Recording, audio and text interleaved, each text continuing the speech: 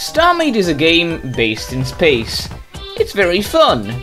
Although, while playing without weapons, you of course gotta be prey to, well, anything with weapons. Ranging from massive battleships to a man with a pistol. Therefore, you must have also weaponize your ships. But what weapons do you actually choose? Well, Starmade has a large variety of weapons you can use, each fulfilling a different purpose. It has 3 main weapon types: the cannon, the missile, and the damage beam. This doesn't count mine layers since they're not really in the same category, and I'm also not going to count the push-pull tractor beam or similar support weapons since they don't deal direct damage. And well, you have a cannon, a missile, and a damage beam. How possibly complex could that be?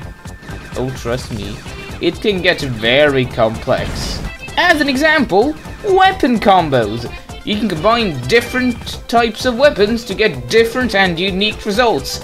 Here's an entire list of them. And this doesn't even count the damage effect computers, which add a third element to the weapon types. This can get really complicated in the video, so we'll just focus on the 3 main weapon types. So, cannons. You place them down and they shoot. Yeah, look, they're shooting.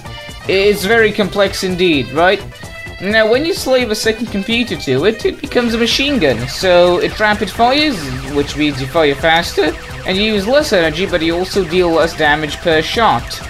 Then you also have, when you slave a missile computer to it, you get the charge shot. You can charge it to deal increased damage, and of course, you know, you reload slower and use more energy. It's a sort of like a slug shot, if you know what slugs are in shotguns. Anyhow, when you slave a damage beam to it, it's turned into a sniper shot. You deal more damage, the bullet flies faster and penetrates further, but it also has increased power usage, energy per shot, and increased recoil. So you might actually get your vehicle rotating and you might have trouble shooting if it's extremely powerful and your thrusters aren't up to par. But what if you want a bit more boom boom in your weapons? Well, missiles are here to hopefully save the day. Probably not. So yeah, missiles, you fire them, they go boom. When you slave a cannon to them, it becomes a heat-seeking swarm. It fires more missiles, but they fly slower, which means that if a target is running away from you, you might not catch them, and they're indiscriminate. Which means that if you fire a missile, you're not only gonna shoot and hit them. If they're too far away, since they're indiscriminate and heat-seeking, they're gonna turn around and run towards you. But what if you want to deal more damage? And what if all those pesky shields are getting in the way of you blowing up your enemy?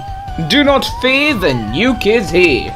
It deals insane damage and ignores shields completely, but it needs to 1.5 seconds after being fired, which of course means that you're gonna need to fire it from a certain distance, and you aren't gonna be able to just insta-gib a person.